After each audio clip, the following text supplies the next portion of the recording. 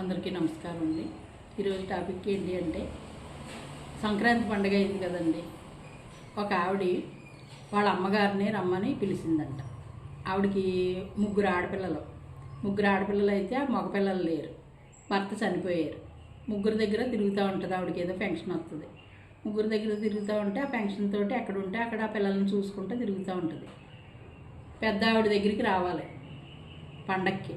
మన గోదావరి జిల్లాలో చుట్టాలని పక్కాలని పిలుచుకుంటారు కదండి, పిలిచారంట. అయితే మన అమ్మాయి అల్లుడు మన కొడుకు కాదు కదండి. ఓ మాట అంటే అల్లుడు మనం సరిపెట్టుకోలేము. ఎందుకంటే మనసు చివుక్కుమంటుంది. కొడుకన్నా పట్టించుకోరు, అదే అల్లుడు అంటే పట్టించుకుంటారు. అలాగే అల్లుడు పట్టించుకుంటాడు. కూతురెట్టిగాడు ఉంటే వచ్చే తిప్పలు. అందరూ అలా ఉంటారని కాదండి, కొంతమంది ఉంటారు.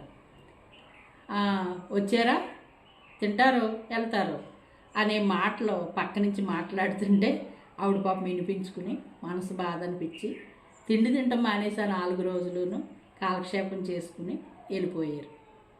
అది ఈ ఇంటి వెళ్ళాలి.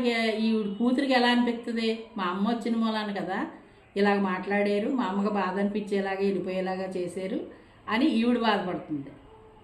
ఏదో ఒక మాట అనేసాడు, వదిలేసాడు అక్కడ. ఇంకా అతను పట్టించుకోలే. ఎంత నలుగుళ్ళాట అయిపోతుంది. అంటే ఆడపిల్లలు ఉంటే ఆ మాట అన్నప్పుడు ఆ మాటగా ఆ భార్య ఎంత బాధపడుతుందో అతనికి అనవసరం. అతను అనాలనుకున్నాడు, అనేసాడు అంతే.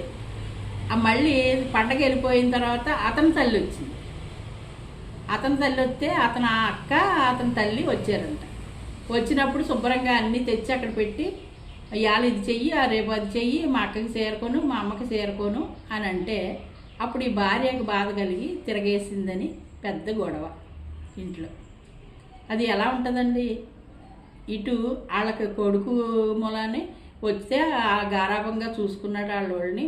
నా వాళ్ళు వచ్చేటోడికి ఇలా ఇలా చేసాడు కదా, మా అమ్మ వచ్చిందంటే మాకే పెడుతుంది కదా, మా సొమ్మే అన్న మా అమ్మ పట్టుకెళ్తుందా, ఇప్పుడు వాళ్ళ అమ్మ వచ్చింది ఇక్కడి నుంచి అన్నీ పట్టుకెళ్తుంది కదా అని ఈ అమ్మాయి. ఇద్దరు పెద్ద ఫైటింగ్.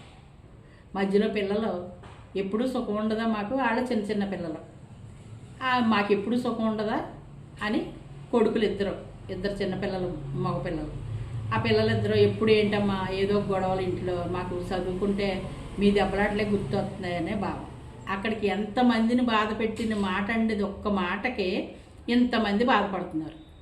అదే ఆ 2 రోజులు చక్కగా సవ్యంగా ఉండి ఆవిడ వెళ్ళిపోయే వరకు మాట్లాడకుండా మనసులో ఏదన్నా ఉన్నా ఉంచుకుంటే ఇంతమందిని బాధ పెట్టే పని ఉండదు కదండి.